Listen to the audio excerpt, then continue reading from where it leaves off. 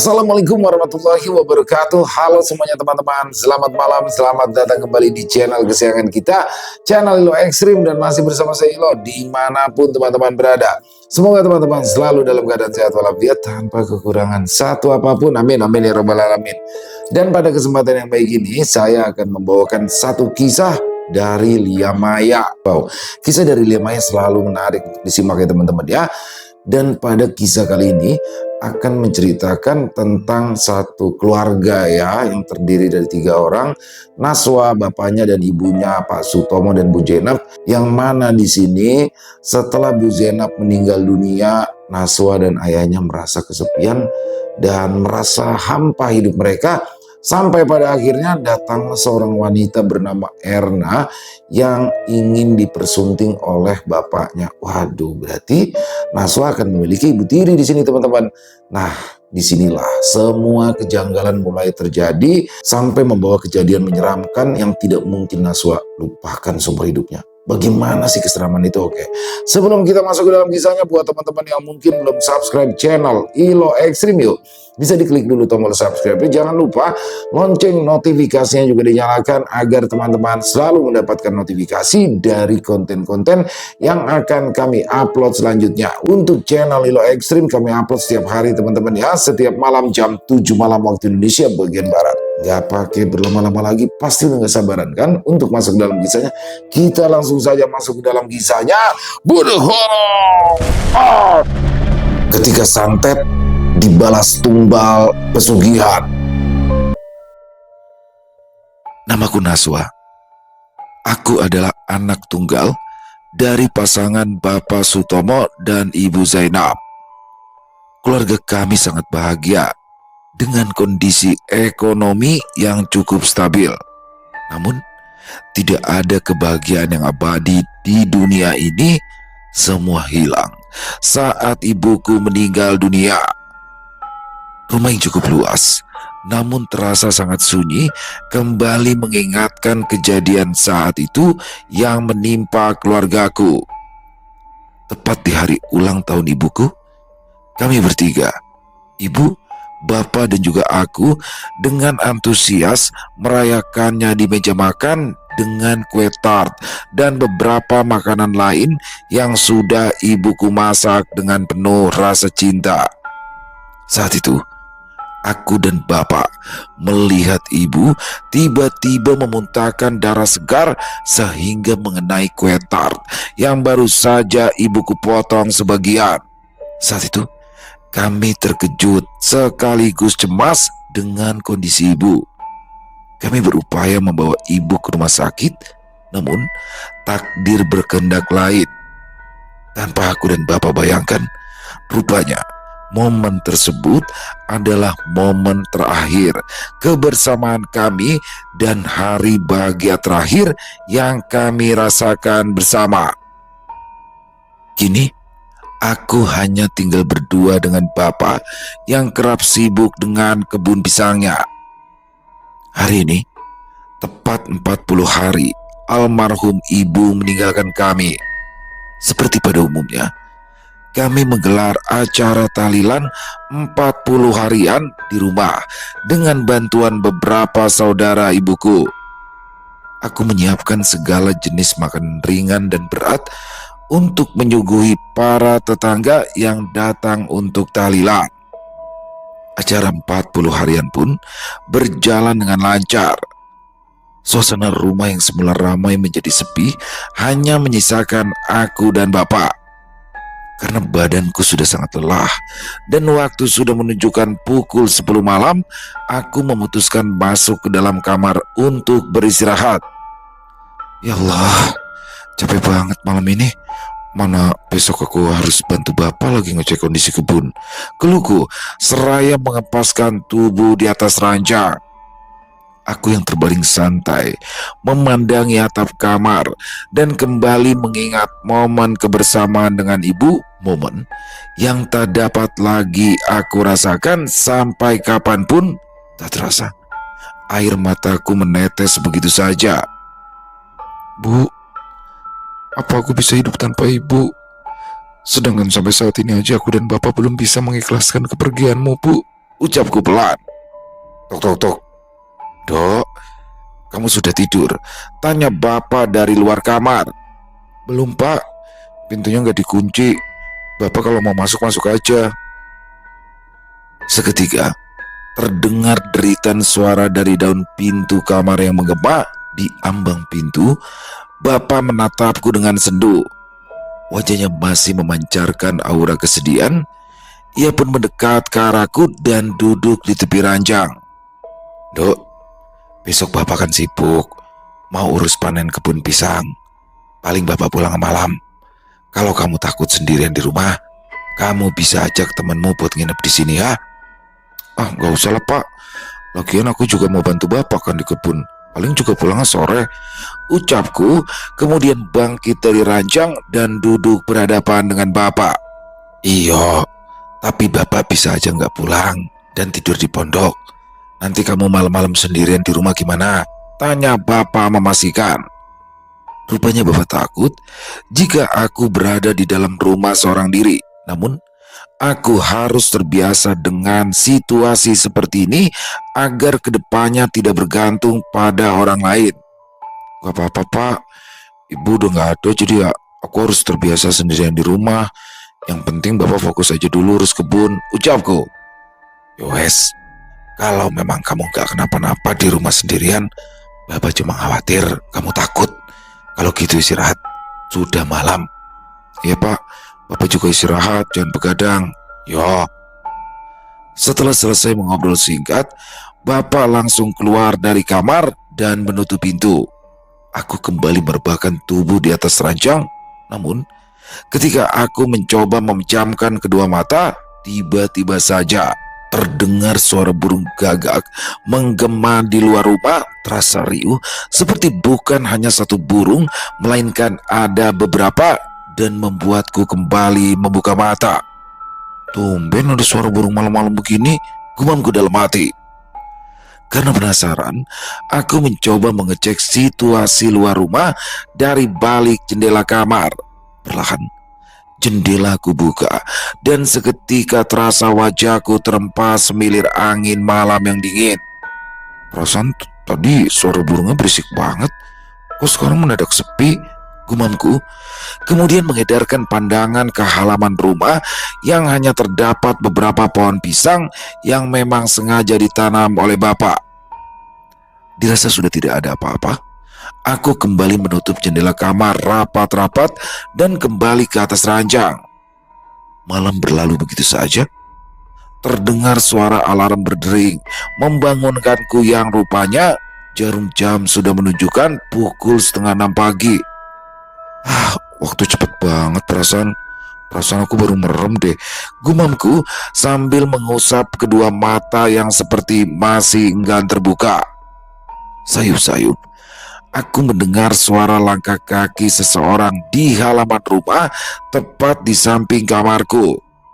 Aku yang penasaran langsung bangkit dari ranjang dan berjalan menuju jendela kamar. Seketika, jendela kamar aku buka lebar-lebar. Bapak kok pagi-pagi udah nyangkul dekat pohon pisang? Apain? Batinku bertanya-tanya. Aku melihat bapak sedang sibuk menguburkan sesuatu di dekat pohon pisang yang beliau tanam. Entah apa yang dikuburnya, hingga membuat aku penasaran dan akan menanyakan hal tersebut kepada bapak. Bapak, aku berteriak memanggil. Bapak yang tadinya sedang sibuk langsung mengedarkan pandangan padaku. Beliau buru-buru membersihkan kedua tangannya dan mendekatiku yang masih berdiri di dekat jendela kamar. Apa tanduk? Bikin kaget bapak aja sih, ucap bapak sambil mengusap keringat yang bercucuran di keningnya. Pagi-pagi bapak ngapain sih? Sibuk banget kayaknya, tanyaku dengan rasa penasaran. Itu loh, tadi bapak nemu bangkai burung di dekat sini, ya jadi bapak kuburin aja. Mendengar jawaban dari bapak membuat aku berpikir sejenak. Mengapa bapak sampai harus repot-repot mengubur bangkai burung? Kenapa tidak langsung dibuang saja? Ngapain dikubur pak? Kenapa nggak dibuang aja? Kan bapak repot jadinya, tanya aku penasaran. Jangan sembrono. Hewan itu juga butuh diperlakukan dengan baik, sekalipun sudah tidak bernyawa. Sudah, Bapak mau mandi dulu. Gerah, ucap Bapak yang langsung pergi menjauh. Sementara aku masih terpaku dengan gundukan tanah yang Bapak klaim habis mengubur bangkai burung. Tapi entah mengapa, perasaanku berkata lain. Aku terus memandangi gundukan tanah tersebut. Akan tetapi, seketika aku mencoba menepis pemikiranku tentang bangkai burung tersebut. Mandi dulu lah, terus bikin sarapan, gumamku, lalu meraih handuk dan berjalan keluar menuju kamar mandi. Selesai mandi, aku langsung menyibukkan diri di dapur untuk membuat sarapan sederhana, yaitu nasi goreng resep dari ibuku. Tercium aroma bumbu nasi goreng yang khas membuat bapakku langsung mendekat dan menanyakan, "Masakanmu kok harumnya mirip sama masakan ibumu ya, Dok?" ucap bapak sambil memperhatikan aku yang masih sibuk di depan kompor. Mendengar ucapan bapak, aku hanya menoleh sekilas dan tersenyum, lalu kembali fokus dengan masakanku, takut nanti malah gosong. Sudah, Bapak tunggu aja di meja makan. Bentar lagi nasi gorengnya juga jadi kok, Pak. Bapak tuh seneng banget lihat kamu rajin begini. Biasanya kan kamu itu malas, tapi semenjak ibumu pergi, kamu sekarang malah rajin. Kalau bukan aku yang masak, emangnya siapa lagi? Ya juga ya, Nduk. Biasanya urusan makanan ibumu nomor satu dan mengurus segala kebutuhan kita. Bahkan Bapak aja masih sedikit bingung gimana caranya hidup tanpa ibumu. Dek. Mendengar ucapan Bapak, seketika tanganku berhenti dan menatap ke arah Bapak dengan tatapan sendu. Sekali lagi, kami memang belum ikhlas dengan kepergian ibu yang sangat mendadak. Kita belajar sama-sama ya, Pak. Kita pasti bisa kok, ucapku berupaya menyemangati Bapak. Bapaknya terdiam sambil menatapku sendu. Selesai masak, aku langsung menyiapkan nasi goreng dan menghidangkannya tepat di depan Bapak. Sarapan dulu ya, Pak. Ini aku masak pakai resep ibu. Untung waktu itu ibu pernah ngajarin aku beberapa menu masakan kesukaan Bapak. Jadi kalau Bapak kangen sama masakan ibu, aku bisa buatin deh, ucapku semangat. Dengan senyuman mereka, Bapak menatapku dan mengucap kalimat, "Atur nuwun ya, Dok." "Nggih, Pak, sama-sama." Aku menarik kursi dan menikmati sarapan bersama Bapak dengan obrolan tentang perkebunan pisang yang Bapak kelola. "Nanti aku nyusul Bapak ya. Aku masak dulu buat makan siang Bapak di pondok." "Ya, Dok. Lagian kan Bapak juga cuma ngawasin pekerja." Bapak mau dimasakin apa? Biar nanti aku ke pasar dulu, sekalian belanja bahan-bahan dapur." "Apa ya? Buatkan Bapak opor ayam, Dok. Bapak lagi kepingin makan itu soalnya," ucap Bapak sembari mengunyah nasi goreng. Aku pun hanya mengangguk pelan dan melanjutkan sarapan sampai habis. Setelah selesai sarapan, Bapak bersiap-siap untuk pergi ke kebun, sementara aku bersiap-siap untuk pergi ke pasar. Tak lupa, aku mengunci pintu rumah karena di rumah tidak ada siapapun. Dengan menggunakan sepeda motor, aku pergi menuju pasar dan membeli beberapa kebutuhan dapur yang nantinya aku simpan di kulkas.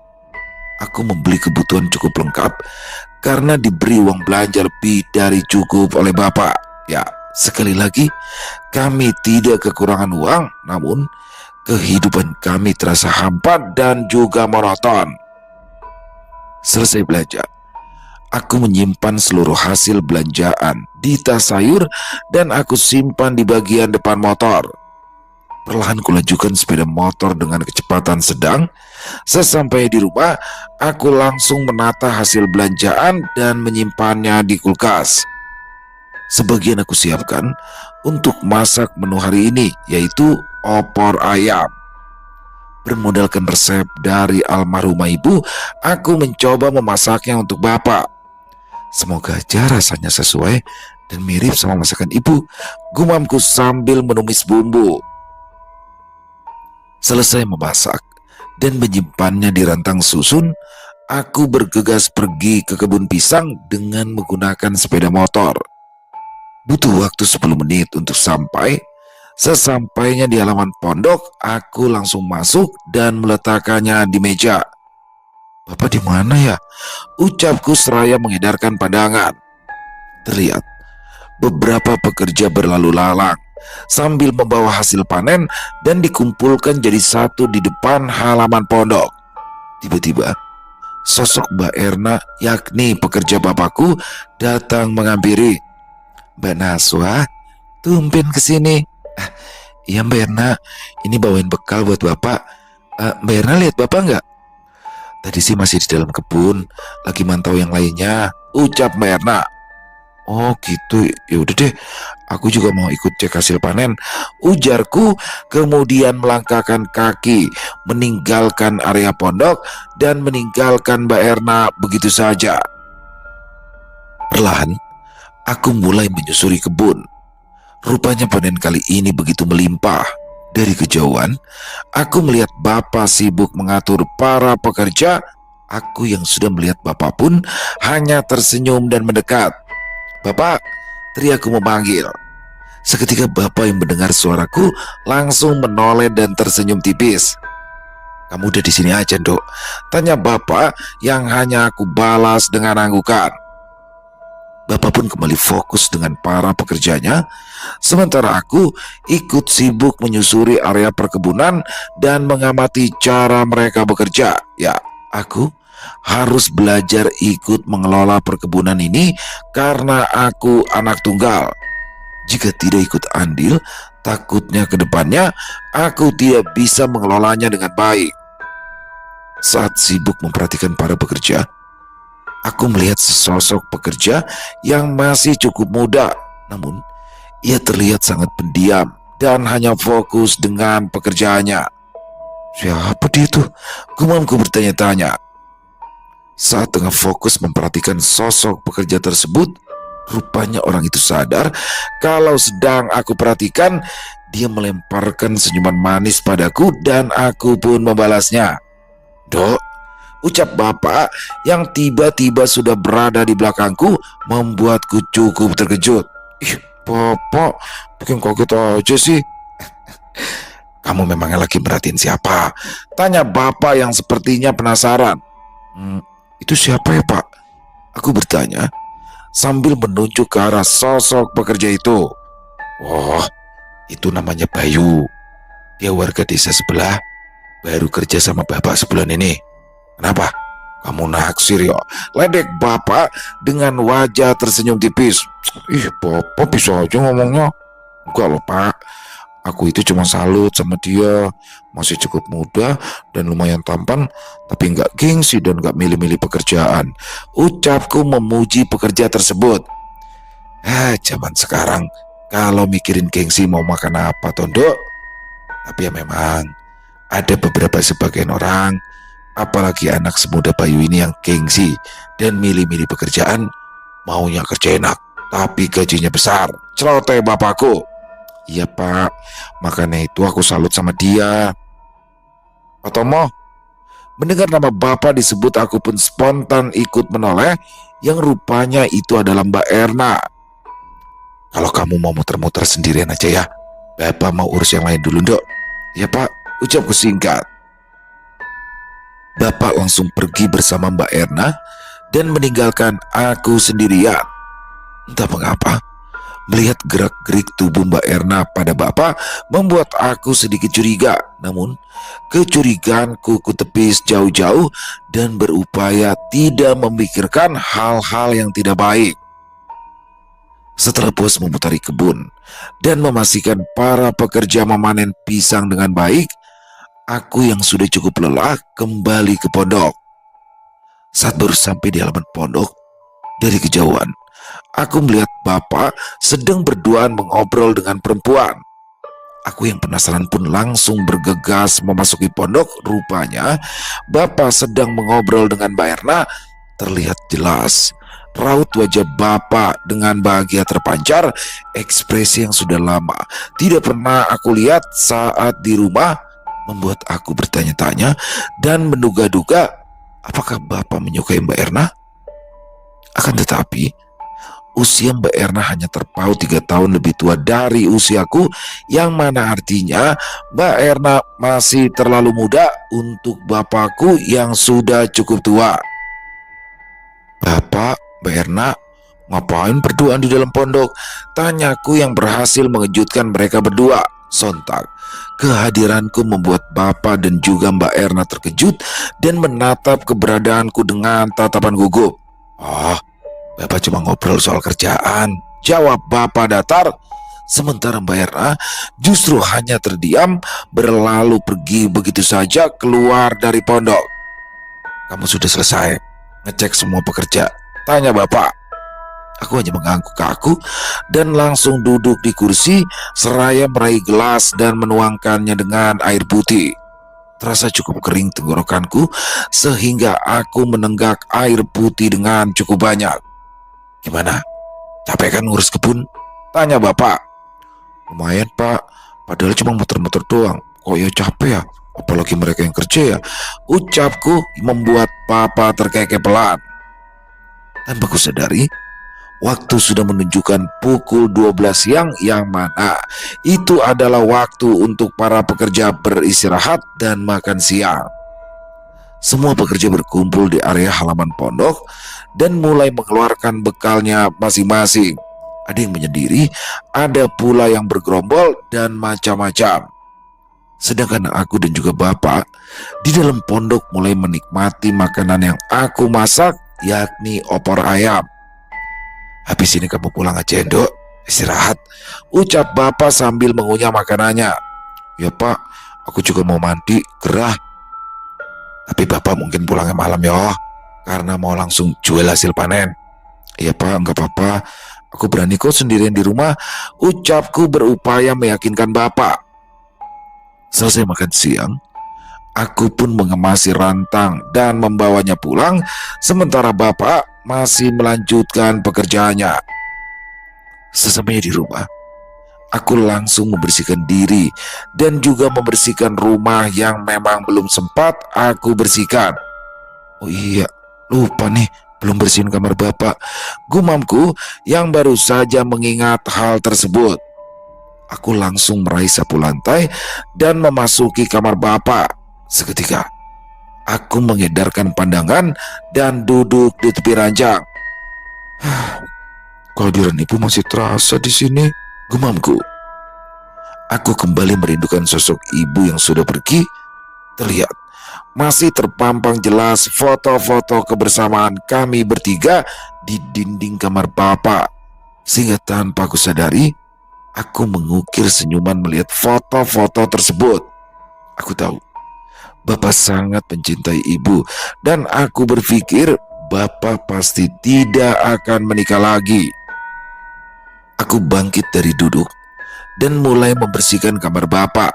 Tidak ada sejengkal pun yang terlewat. Meja rias milik ibu juga aku tata dengan rapi. Aku bersihkan debu-debunya menggunakan kemoceng.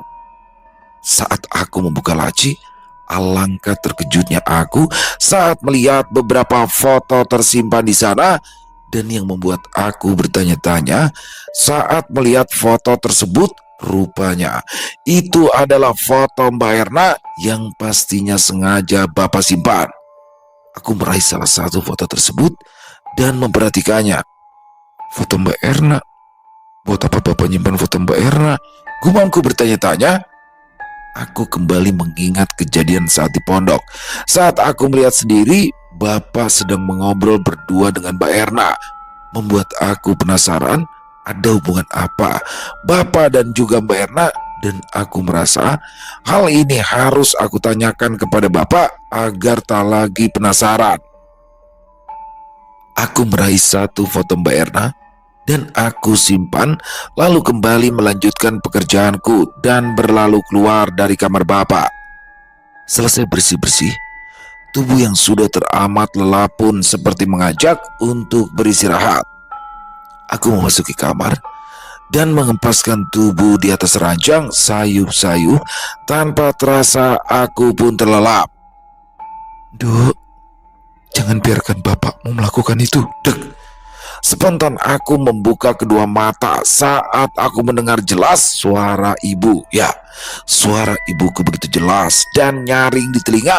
Entah itu nyata atau aku hanya bermimpi. Yang jelas barusan aku mendengar suara ibu.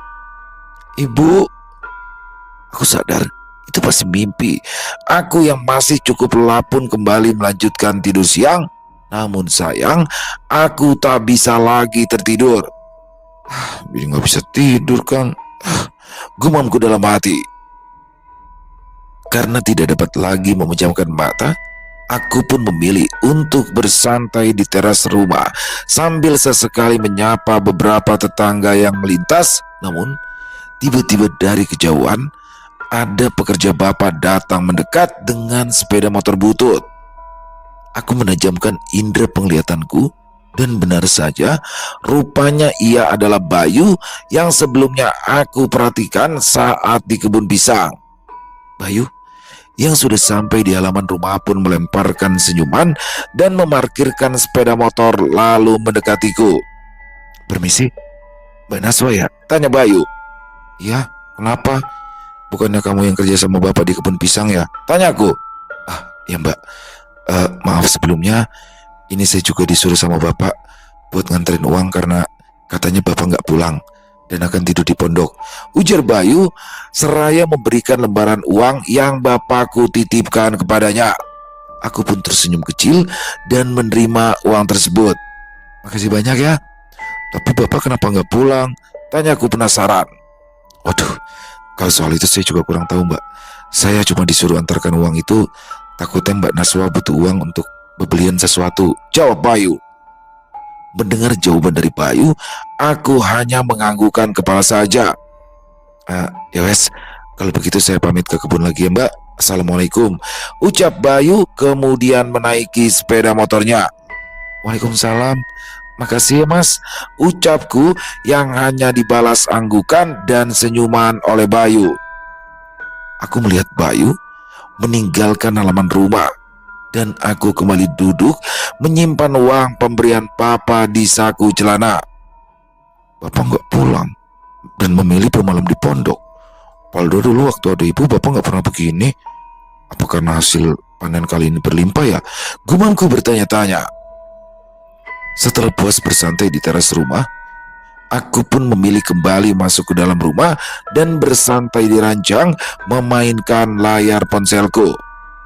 Saat tengah asik, tiba-tiba saja aku mendengar suara yang membuat aku terkejut. Prang! Astagfirullah, suara apa itu? Buru-buru aku keluar dari kamar dan mencoba mengecek sumber suara. Saat aku cek, rupanya bingkai foto keluargaku yang terpajang di dinding tiba-tiba terjatuh sendiri. Kok bisa jatuh sih? Gumamku sembari memunguti serpian kaca bingkai. Setelah aku bersihkan, aku pun kembali ke kamar dan tanpa disadari aku terlelap begitu saja. Tak terasa, waktu sudah menunjukkan pukul 5 sore. Aku yang baru terbangun pun langsung bergegas menuju kamar mandi untuk membersihkan diri. Hari-hari berlalu begitu saja. Semakin hari, Bapak semakin sibuk dengan aktivitasnya, sementara aku semakin kesepian karena di rumah hanya seorang diri tanpa ditemani oleh siapapun. Ya, walaupun terkadang aku sesekali mengajak teman untuk menginap di rumah, namun tetap saja aku merasa kesepian. 3 bulan pasca kepergian ibuku, Bapak mulai berubah. Beliau seperti tidak betah di rumah dan selalu meninggalkanku sendirian. Beliau pun kerap tidur di pondok daripada di rumah. Pagi itu, saat menikmati sarapan, tiba-tiba Bapak mengajakku berbicara serius. Dok, selesai sarapan. Ada hal yang ingin Bapak bicarakan sama kamu. Karena sudah saatnya kamu tahu tentang hal ini, ucap Bapak yang membuatku penasaran. Soal apa Pak? Tanyaku. Nanti saja. Kalau kita sudah selesai sarapan, kita ngobrol di ruang televisi, ucap Bapak. Aku mengangguk patuh dan fokus menghabiskan sarapanku. Selesai sarapan, aku dan Bapak melenggang menuju ruang televisi dan mengobrol empat mata. Dok, ibumu itu kan sudah pergi selama 3 bulan. Ya kalau boleh jujur, Bapak merasa kesepian tanpa adanya pasangan hidup, ucap Bapak. Mendengar ucapan Bapak, aku hanya mengerutkan alis dan menerka-nerka ucapan selanjutnya. Dalam benakku, aku berpikir, apa Bapak akan meminta izin untuk menikah lagi? Namun, hal tersebut aku tepis jauh-jauh. Terus Pak, Bapak ingin menikah lagi. Bapak sudah memiliki calon, dan beberapa waktu belakangan ini kami sudah sering menghabiskan waktu bersama, ucap Bapak dengan jelas. Ya, rupanya dugaanku benar. Bapak meminta izin menikah lagi. Jujur, aku cukup kecewa dengan ucapan Bapak. Namun di sisi lain, aku juga kasihan melihat Bapak yang sepertinya memang membutuhkan pasangan baru karena hidup harus terus berjalan. Siapa orangnya, Pak? Ya kalau aku sih terserah Bapak, asal Bapak yakin sama keputusan ini dan bisa membuat Bapak bahagia. Besok Bapak akan perkenalkan dia sama kamu ya, Dok, ucap Bapak yang hanya aku balas dengan anggukan. Selesai bicara, Bapak pun pergi ke kebun pisangnya, sementara aku kembali lagi berkutat di rumah yang sunyi ini. Di malam harinya, saat itu aku tengah asyik menonton siaran televisi favoritku. Tiba-tiba saja pintu depan terbuka dengan sendirinya dan berhasil membuatku terkejut. Aku pun langsung bangkit dari sofa dan berjalan menuju pintu utama. Sesampainya di ambang pintu, aku mencoba mengedarkan pandangan, tapi tidak ada siapapun di sana. Hanya terasa semilir angin yang cukup kencang. Pantas kebuka sendiri. Anginnya aja kenceng gini, kayaknya bakal hujan gede nih, gumamku. Saat hendak menutup pintu, tiba-tiba saja tercium aroma busuk menyeruak ke dalam lubang hidung. Baunya sangat tajam hingga berhasil membuat perutku mual. Bau busuk dari mana nih? Batinku bertanya-tanya. Aku mencoba mencari sumber bau tersebut yang saat aku ikuti arahnya rupanya dari halaman samping rumah, yakni tepat di area pohon pisang yang berada di samping kamarku. Kayaknya dari sini deh. Saat aku mulai mencari-cari sumber aroma tersebut, alangkah terkejutnya aku saat melihat sepasang mata merah menyala di balik pohon pisang. Tubuhku langsung kaku, nafasku tercekat sampai-sampai aku tak bisa mengeluarkan suara dan keringat mulai membasahi keningku. Aku melihat dengan jelas sosok pocong yang tengah berdiri di samping pohon pisang sejajar. Pocong tersebut menatap ke arahku dengan mata merah menyala. Aku yang tak bisa menggerakkan tubuh pun hanya bisa menangis tanpa suara. Takut sekali rasanya karena ini pertama kalinya aku melihat sosok hantu dengan sangat jelas. Saat tengah menahan rasa takut dan berupaya menggerakkan tubuhku yang terasa terkunci, tiba-tiba saja, ada yang menepuk pundakku dari belakang. Dok, kamu ngapain di sini? Terdengar suara Bapak yang berhasil membuatku lega. Seketika tubuhku tak lagi kaku dan bisa digerakkan. Sementara itu, sosok pocong yang aku lihat pun sudah menghilang. Bapak! Aku berteriak dan langsung memeluk Bapak. Aku tak kuasa menahan air mata. Aku menangis jadi-jadinya karena takut yang teramat sangat.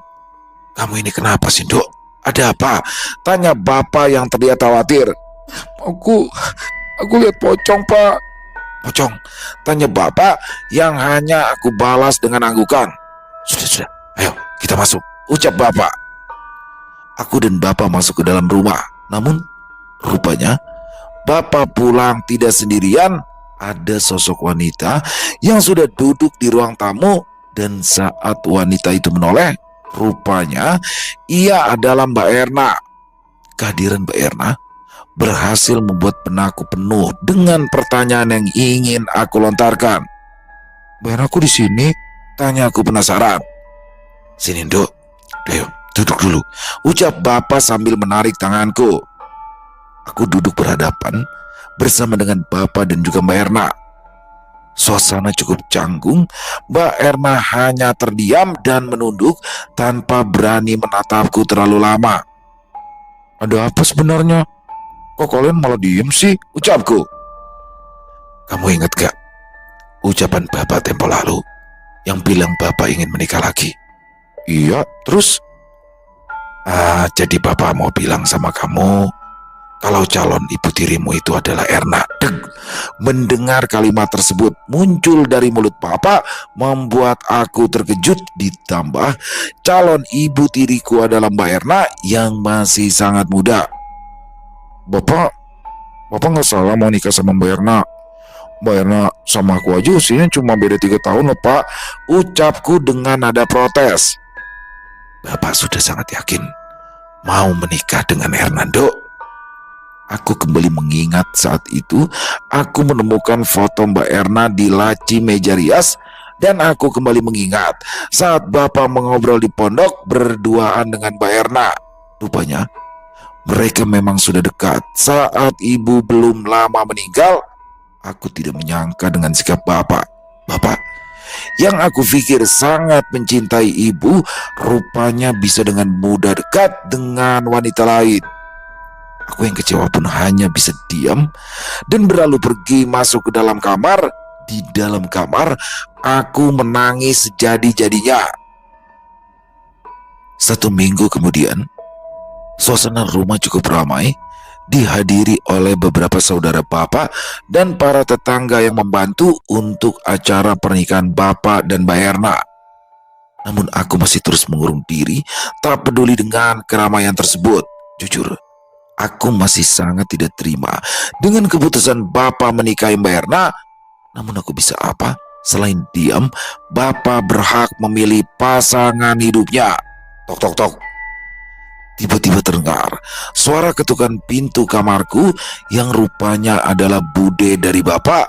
Bude berupaya merayuku untuk keluar dan bersiap-siap karena bapak sebentar lagi akan melangsungkan ijab kabul. Dengan mata sembab, aku keluar. Dengan penampilanku yang seadanya, aku memperhatikan pernikahan bapakku. Proses pernikahan itu berjalan dengan lancar. Aku kembali mengasingkan diri, duduk di halaman samping kamarku. Namun, pandanganku tiba-tiba terfokus dengan kedatangan Bayu yang hanya melihat acara bapak dari kejauhan dan enggan mendekat. Aku pun tidak begitu menghiraukan kehadirannya dan memilih untuk mengurung diri di dalam kamar. 1 minggu setelah pernikahan bapak, aku masih terus mendiami bapak. Namun bapak dan juga Mbak Erna berupaya untuk terus coba meluluhkan hatiku. Dok, mau sampai kapan kamu diemin bapak kayak gini? Ucap bapak yang sedang duduk di tepi ranjangku sementara Mbak Erna berada di ambang pintu keluar. Entah kenapa aku sangat membenci Mbak Erna.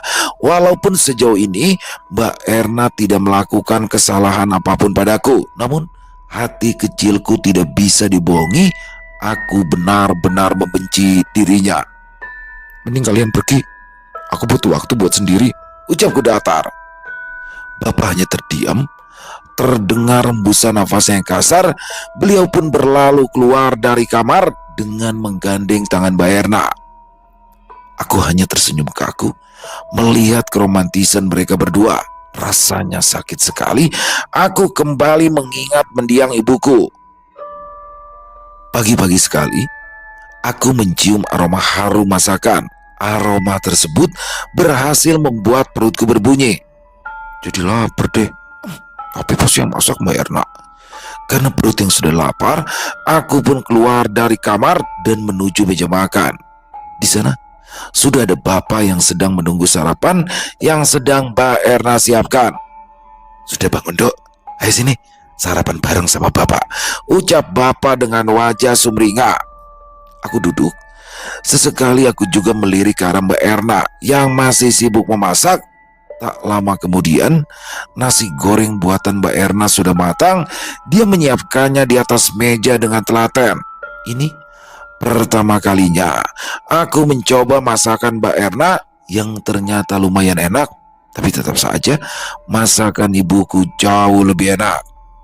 Dok, malam ini Bapak sama Erna sibuk di pondok dan sepertinya bakalan nginep di sana. Kamu sendirian gak apa-apa ya? Tanya Bapak. Aku kan emang selalu sendirian. Apa lupa ya? Jawabku datar. Suasana menjadi canggung. Kami bertiga hanya fokus menghabiskan sarapan. Selesai sarapan, Bapak dan juga Mbak Erna langsung pergi ke kebun pisang. Sementara aku menyibukkan diri di dalam kamar untuk menulis cerita yang memang akhir-akhir ini aku baru mempelajari cara membuat cerpen dan juga novel. Saat tengah asyik mengetik, rupanya paket data internetku habis dan aku belum meminta uang pada Bapak. Lupa lagi kalau hari ini paket dataku habis. Dengan terpaksa, aku mencoba ke pondok dengan sepeda motorku. Malam itu masih pukul 8 malam. Aku memberanikan diri pergi ke pondok untuk meminta uang kepada Bapak. Sesampainya di pondok, suasana yang gelap berhasil membuat bulu kuduku meremang. Aku yang merasa takut pun buru-buru mendekati pintu pondok. Namun alangkah terkejutnya saat samar-samar aku mendengar sesuatu.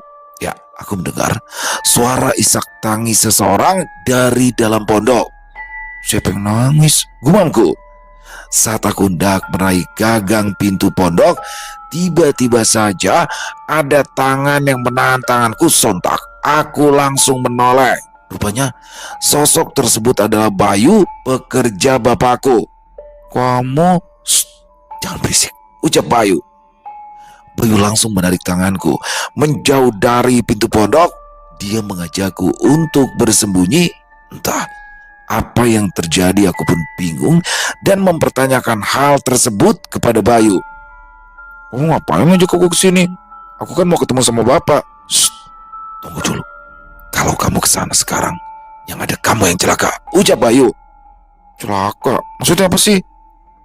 Bapakmu itu sedang melakukan ritual penyerahan tumbal untuk junjungannya, ucap Bayu. Seketika mataku membelalak. Jangan sembarangan kamu. Bapakku bukan penganut pesugihan. Gak mungkin dia melakukan ritual-ritual kayak gitu, apalagi pakai acara tumbal, ucapku marah. Anak mana yang tidak marah saat orang lain memfitnah orang tuanya melakukan ritual pesugihan? Namun tak mengapa, Bayu bersikeras dengan ucapannya. Ia pun menceritakan semua yang ia ketahui. Rupanya Bayu adalah kekasih Mbak Erna. Sebelumnya, semenjak Mbak Erna masuk bekerja dengan bapakku, Mbak Erna menjauhi Bayu tanpa sebab. Dan dari situlah Bayu ikut masuk bekerja di tempat bapakku hanya untuk mencari tahu kenapa Mbak Erna memutuskan hubungannya bersama Bayu. Semakin lama Bayu mencari tahu. Rupanya ada hal yang baru Bayu ketahui, yakni tentang pesugihan yang bapakku anut. Mendengar cerita dari Bayu, mendadak tubuhku terasa lemas. Aku berpikir harta yang kami miliki ini murni hasil kerja keras Bapak yang berupaya mempertahankan dan mengelola perkebunannya. Tadi kamu bilang Bapak lagi melakukan ritual penyerahan tumbal. Emangnya kamu tahu siapa yang jadi tumbal Bapak malam ini? Tanya aku penasaran. Bayu mengangguk.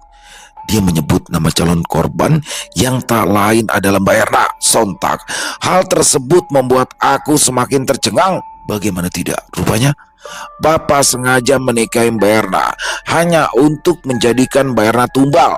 Aku merasa benar-benar tidak percaya atas semua ini. Bapak yang selama ini menjadi panutanku ternyata adalah orang yang sadis dan juga tamak. Kita harus nolong Mbak Erna. Mbak Erna nggak salah. Jangan sampai Mbak Erna jadi tumbal, ucapku dengan lantang. Tanpa basa-basi, aku langsung berlari menuju pondok dan mendorong daun pintu dengan sangat kencang. Seketika aku tercengang melihat pemandangan yang ada. benar apa kata Bayu, Bapak sedang melakukan ritualnya. Aku melihat Mbak Erna diikat dan dikelilingi oleh lilin yang memutari tubuh Mbak Erna. Di situ juga terdapat taburan bunga-bunga dan sesajen yang lengkap. Naswa, pekik Bapak dengan wajah terkejut. Ya Allah Bapak, ini apa-apaan sih Pak? Ucapku dengan nada berteriak. Sementara Bayu baru saja sampai di ambang pintu dan hanya terdiam. Bapak pun semakin terkejut saat melihat sosok Bayu. Mau ngapain kalian di sini? Ucap Bapak dengan suara tinggi. Harusnya aku Pak yang tanya.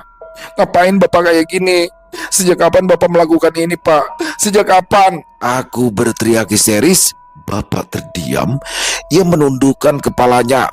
Terdengar sayup-sayup isakan tangis dari mulut Bapak.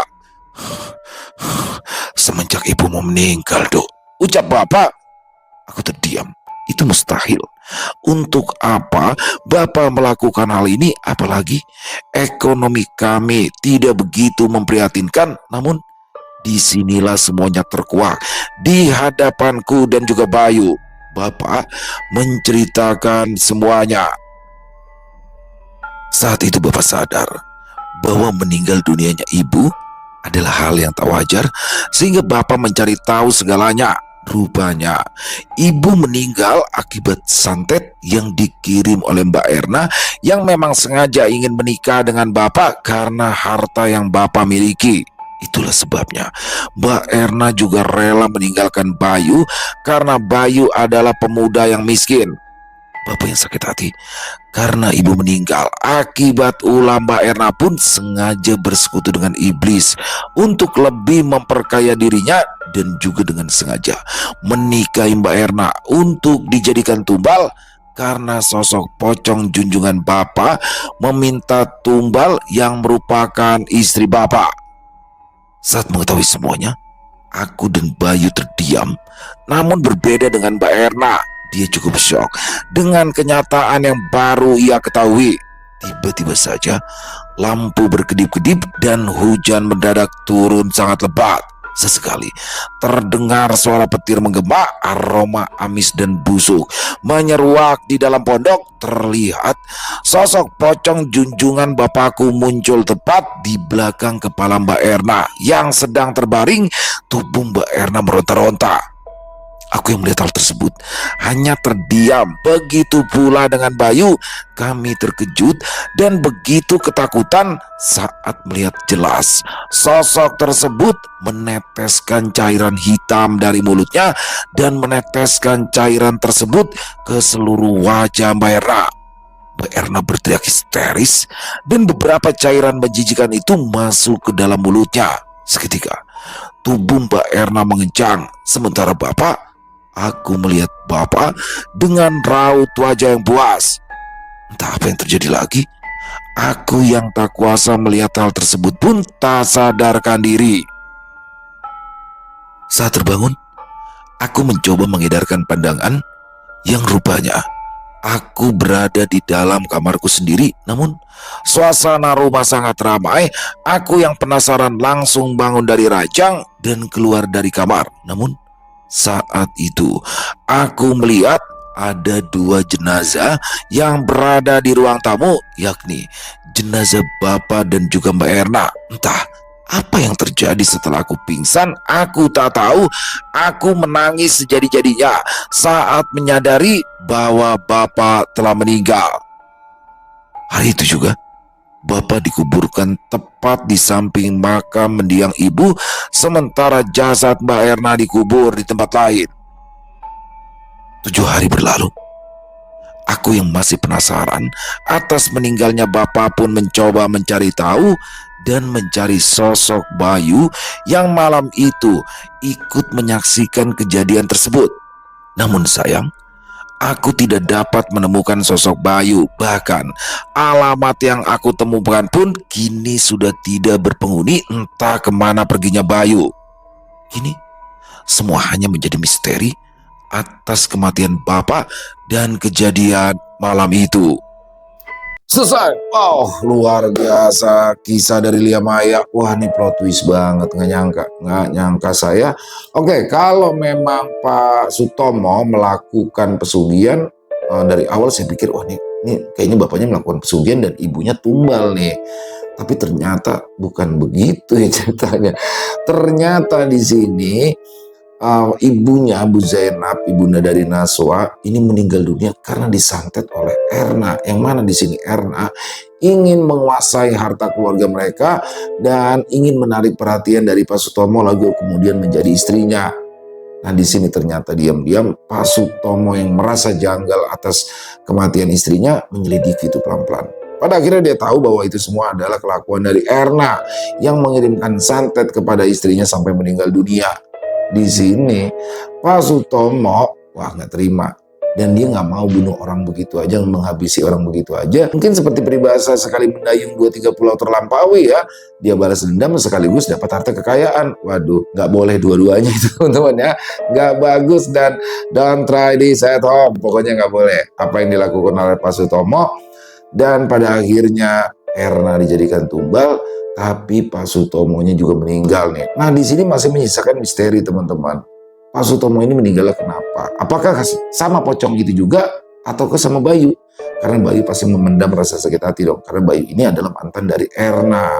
Dia diputusin secara sepihak karena Erna lebih memilih Pak Sutomo. Dan korbannya nggak ada lain, nggak ada bukan Naswa. Udah Naswa, udah kehilangan ibu, dia harus juga kehilangan ayah. Waduh, yang kuat ya Naswa ya. Dan semoga ada lanjutannya dari kisah ini ya. Penasaran juga sih kenapa Pak Sutomo bisa meninggal deh. Apakah karena Bayu atau karena sosok pocong pesugihannya itu.